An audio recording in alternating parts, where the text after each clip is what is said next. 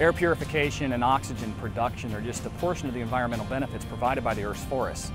With nearly 80% of North Americans living in an urban environment, the concern for the health of the world's urban forest is greatly increasing.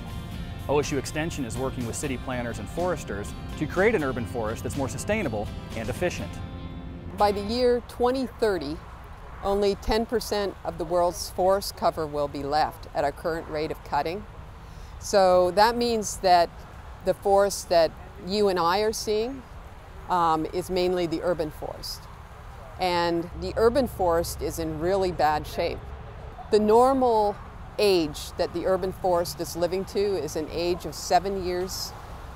And trees don't really do all the great things that they're quoted for doing with the environment until they reach 30 years of age.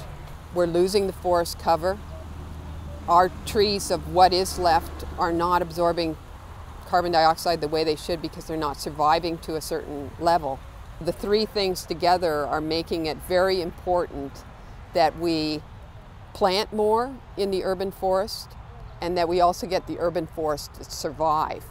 And that's really what we're doing here with this project, is investigating ways to increase survival of trees in extremely stressful environments. And probably the most stressful environment is along a highway.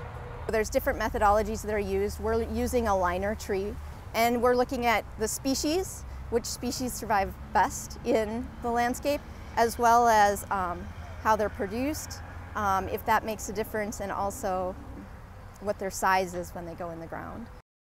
These in here are the plants that are being grown out for next year for the roadside plantings. We're growing them out this year, and these plants will be put out at another site next year. These plants will be screened for salt tolerance. So genetically speaking, they should be more salt tolerant than the trees that have not been screened.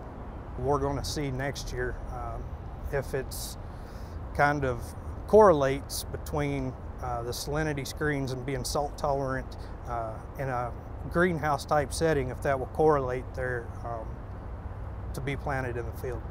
And we're also going to be looking at site preparation, and if that matters, with their survival. So we'll be looking at growth rates and mortality issues that they might have over time. The other objective that we have is the environmental impacts that they have, and that comes with how the trees are growing as well. Our role working with the Extension Service and the Ohio State is that we want to learn from them. That's the big thing I want to do, is learn from them and hopefully come away with from this project, helping the urban forestry, come up with some good ways to plant trees and some of the things we need to increase survival. Information on increasing outplant survival is greatly needed. Mathers is hopeful that this study will result in the advancement of the nursery and landscape industry in the state, both economically and environmentally. For Comtech Digital Media, I'm John Rice.